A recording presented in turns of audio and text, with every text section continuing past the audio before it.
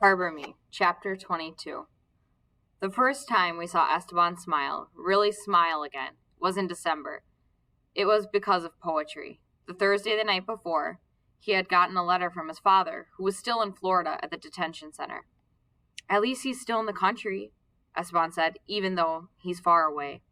And he's okay, I said. Okay-ish, Holly said, but that's better than nothing, right? Esteban had come down from the windowsill and was sitting with us in the circle. He unfolded the letter from his father. It was written on yellow legal pad paper. Esteban handled it delicately as we all leaned in to look at it with him. His father's handwriting was small and careful, each letter so clear it almost looked typed. He wrote me a poem, Esteban said. He said he has time to write now. He said when he writes, it's like he's back in the apartment with us. Nobody can touch it, he said. We all put our hands down in our laps. Even Holly lowered her needles. That's cool with me, Amari said. Me too, I said. But can you read it to us at least? It's in Spanish, Esteban said. But I wrote an English version too because one day I'm going to be his translator. You guys know what that is, right?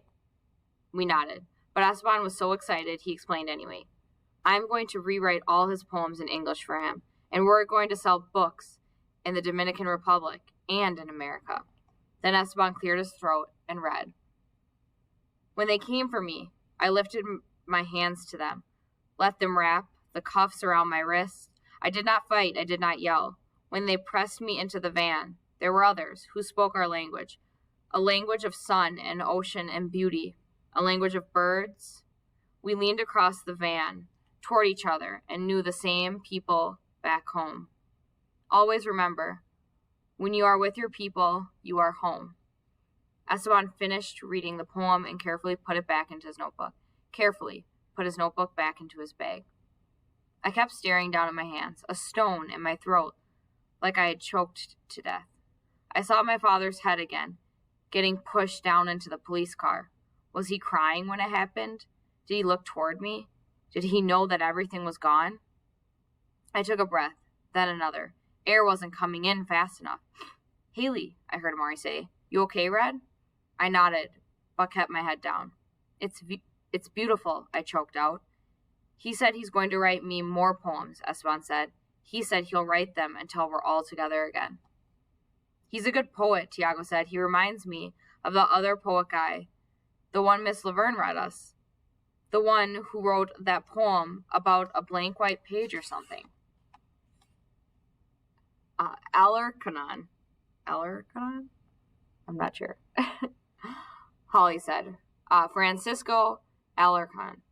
I tried to remember him, but couldn't. My head felt so heavy. Maybe this was the weight of the world people talked about, the gray ghost that took your breath and your words. How do you even remember that? Amari was saying to Holly. Because she said his name 100 times and wrote it on the board. Geez, how do you not remember that? Yeah, Tiago said. That guy. He's going to write me more of them, Esteban said. He promised. And I'll read them in English and Spanish because it's for both languages. That's what's up, Amari said. Read those poems in all kinds of American sun. When I finally looked up, Esteban was smiling.